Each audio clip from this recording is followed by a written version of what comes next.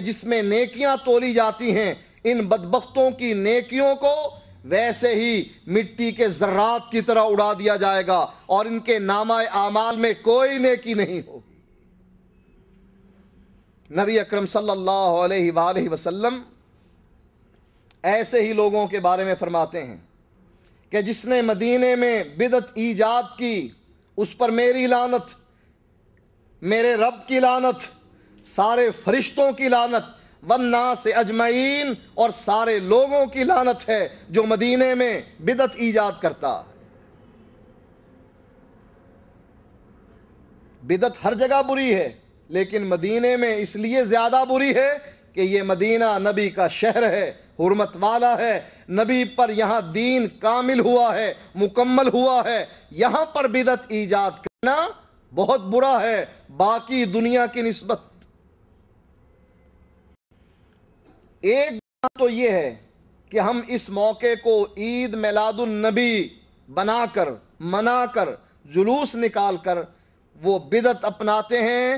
جس کی وجہ سے انسان اپنے نامہ اعمال میں نیکیوں کو ختم کرتا ہے اور گناہ کی وجہ سے جہنم رسید ہوتا ہے۔ اور دوسرا، شیطان مسلمانوں کے دل سے نبی کی محبت کو نکالتا ہے۔ چاہے کوئی بریلوی ہو، چاہے کوئی دیوبندی ہو، چاہے کوئی اہل حدیث ہو، ہر ایک کے دل میں نبی کی محبت ہے۔ اور بریلویوں کے دل میں زیادہ ہی محبت ہے، عاشق رسول بنتے ہیں، نبی سے عشق کرتے ہیں، ماں سے عشق نہیں کرتے،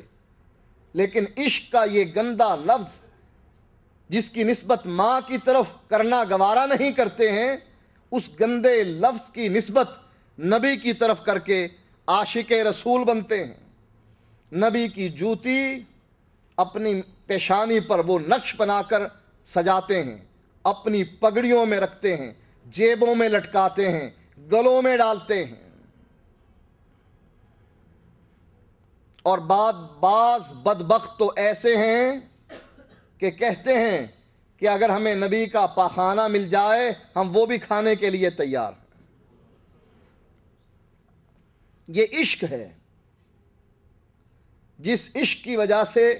یہ پاگل ہوتے ہیں۔ ان کے دل میں بھی غلب ہے، محبت نہیں، غلب ہے، لیکن ہے محبت کی ایک قسم۔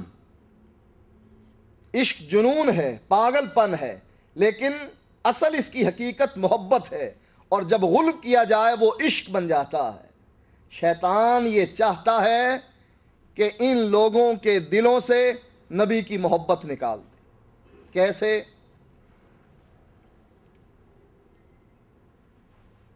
ربیع الاول کا چاند نظر آتا ہے اور اللہ کے نبی ایک دن پہلے جنازے سے واپس آتے ہیں اور نبی اکرم صلی اللہ علیہ وآلہ وسلم بیمار پڑتے ہیں، بخار ہوتا ہے اللہ کے نبی کو۔ ربیع الاول کا چاند نظر آیا اور اللہ کے نبی بیمار پڑ گئے۔ یہ بیماری 12 دن تک رہی۔ کچھ دن تو اللہ کے نبی مسجد نبوی میں گئے اور کچھ دن ایسے تھے کہ اللہ کے نبی اپنی مسجد میں اپنے حجرے سے نکل کر، جو مسجد کے بالکل ساتھ تھا، اپنے حجرے سے نکل کر حضرت عائشہ رضی اللہ تعالی عنہا کے حجرے سے نکل کر مسجد تک جانے کے قابل نہیں تھے۔ یکم ربیع الاول سے لے کر 12 ربیع الاول تک اللہ کے نبی بیمار ہوتے ہیں۔ کچھ ایام ایسے آتے ہیں کہ نبی شدید بیمار ہوتے ہیں اور بیماری کی شدت اللہ کے نبی کو نڈھال کر دیتی ہے، اور نبی اکرم صلی اللہ علیہ وآلہ وسلم حضرت عائشہ رضی اللہ تعالی عنہا سے کہتے ہیں، عائشہ وہ زہر جو اس یہودن نے دیا تھا میں اس کا اثر زندگی بھر محسوس کرتا رہا، لیکن اب اس موقع پر اس زہر کی وجہ سے میری شاہ رگ کٹ رہی ہے۔ نبی اکرم صلی اللہ علیہ وآلہ وسلم کی حالت ان 12 ایام میں ایک دن ایسی بھی آئی کہ اللہ کے نبی اپنا ایک ہاتھ حضرت عباس کے کندھے پر رکھتے ہیں اور دوسرا ہاتھ حضرت علی کے کندھے پر رکھتے ہیں، مسجد میں جانے کی تیاری کرتے ہیں تاکہ منبر پر بیٹھیں، اپنے آپ کو لوگوں کے سامنے پیش کریں اور ان سے کہیں کہ میں نے تم میں زندگی کا ایک حصہ گزارا ہے، اگر میں نے کسی سے زیادتی کی ہو تو مجھ سے آج وہ زیادتی کا بدلہ لے لے، اگر کسی کا مال دبایا ہے میرے پاس اس کی کوئی رقم ہے وہ مال مجھ سے لے لے، اگر میں نے اس کی بے عزتی کی ہے آج میں موجود ہوں میری بے عزتی کر لے، کل قیامت کے دن رب کے دربار میں کھڑے ہو کر میرے دامن کو نہ پکڑے۔ اس غرض سے اللہ کے نبی ایک ہاتھ حضرت فضل بن عباس کے کندھے پر اور دوسرا ہاتھ حضرت علی رضی اللہ تعالیٰ عنہ کے کندھے پر رکھ کر مسجد نبوی تشریف لے جا رہے ہیں، اور صحابی بیان کرتے ہیں کہ اللہ کے نبی علیہ السلام کی حالت یہ ہے کہ آپ کے پاؤں آپ کا وزن نہیں اٹھا رہے ہیں بلکہ آپ کے پاؤں زمین پر گھسٹ رہے ہیں، اور زمین پر گھسٹتے ہوئے پاؤں صحابی دیکھ رہا ہے۔ اس حالت میں اللہ کے نبی مسجد میں تشریف لے جاتے ہیں اور منبر پر بیٹھ کر خطبہ دیتے ہیں۔ ان ایام میں ایسا دن بھی آیا کہ حضرت فاطمہ اپنے والد کی بیماری کی شدت کو دیکھ کر کہتی ہیں، واہ کربا ابا، اے بابا آپ کو آج کتنی تکلیف ہے، اور نبی اکرم صلی اللہ علیہ وآلہ وسلم فرماتے ہیں، اے فاطمہ لیسا علی ابی کا کرب بعد اليوم، اے فاطمہ آج کا دن نبی پر مصیبت اور تکلیف کا دن ہے، آج کے بعد تیرے بابا کو کبھی تکلیف نہیں ہوگی۔ انہی دنوں میں نبی اکرم صلی اللہ علیہ وآلہ وسلم فرماتے ہیں کہ اللہ تعالیٰ نے ایک بندے کو اختیار دیا ہے، چاہے تو اس دنیا میں رہے اور دنیا کی نعمتوں کو استعمال کرے، اور چاہے اللہ کے پاس آ جائے جو کچھ اللہ کے پاس ہے وہ لے لے۔ نبی اکرم صلی اللہ علیہ وآلہ وسلم فرماتے ہیں اس بندے نے جو کچھ اللہ کے پاس ہے اس کو لینا قبول کیا ہے اور دنیا کو ترک کر دیا۔ ابو بکر صدیق رضی اللہ تعالیٰ عنہ جب یہ کلمات سنتے ہیں تو عرض کرتے ہیں کہ اے اللہ کے رسول آپ پر ہمارے ماں باپ قربان ہو جائیں، یہ کہتے ہوئے رو پڑتے ہیں۔ اس وقت جو صحابہ موجود ہیں وہ کہتے ہیں اس بوڑھے شیخ کو دیکھو کہ اللہ کے نبی تو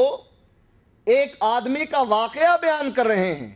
کہ اللہ تعالیٰ نے اس آدمی کو اختیار دیا ہے، چاہے تو دنیا میں رہے چاہے میرے پاس آ جائے، اور اس بندے نے دنیا میں رہنے کی بجائے اللہ کے پاس جانا گوارا کیا۔ اور جب نبی اکرم صلی اللہ علیہ وآلہ وسلم فوت ہو جاتے ہیں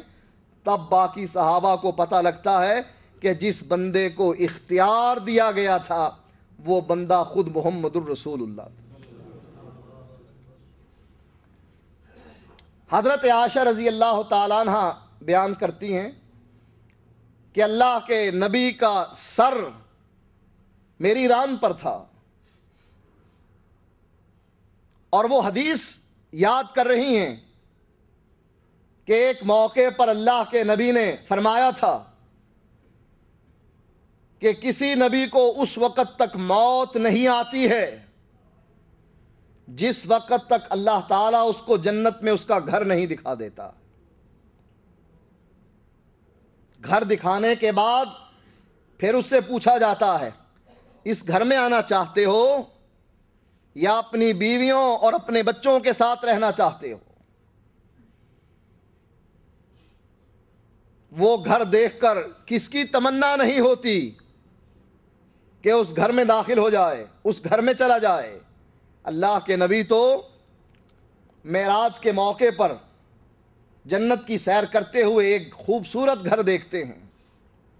دل میں تمنا پیدا ہوتی ہے میں اس گھر کے اندر داخل ہو جاؤں اور گھر میں داخل ہو کر اس کی خوبصورتی کو ملاحظہ کروں۔ اس گھر کے صحن میں ایک نوجوان عورت کو بیٹھا ہوا دیکھتے ہیں، فرشتوں سے پوچھتے ہیں، جبریل سے سوال کرتے ہیں، اے جبریل یہ کس کا گھر ہے؟ جبریل جواب میں کہتے ہیں یہ گھر عمر کا گھر ہے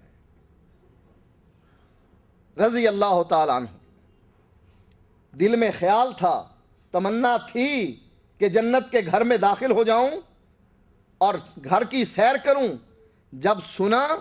کہ یہ گھر عمر کا گھر ہے اور اس کے صحن میں ایک عورت بیٹھی ہے، وہیں سے واپس پلٹ آئے۔ دنیا میں آ کر حضرت عمر سے کہتے ہیں، عمر میں جنت کی سیر کرنے کے لیے گیا تو میں نے ایک گھر دیکھا، خوبصورت گھر تھا، میرے دل میں تمنا پیدا ہوئی کہ میں اس گھر میں داخل ہو جاؤں۔ میں نے اس کے صحن میں ایک عورت کو بیٹھے ہوئے دیکھا اور جبریل سے پوچھا، جبریل یہ گھر کس کا ہے؟ جبریل نے کہا عمر کا ہے۔ اے عمر مجھے تیری غیرت یاد آ گئی، تیری غیرت کی وجہ سے میں تیرے گھر میں داخل نہیں ہو سکا۔ جب نبی کو اس کا گھر جنت میں دکھا دیا جائے مرنے سے پہلے، تو کون ہوگا جو اس گھر میں داخل ہونے کی خواہش نہ کرے گا؟ حضرت عائشہ رضی اللہ تعالی عنہا کہتی ہیں کہ نبی کا سر میری ران پر رکھا ہوا تھا اور آپ کی نگاہیں آسمان کی طرف تھیں، آپ کی انگلی اٹھی ہوئی تھی اور آپ انگلی بلند کر کے فرما رہے تھے، اللہم بالرفیق الاعلی،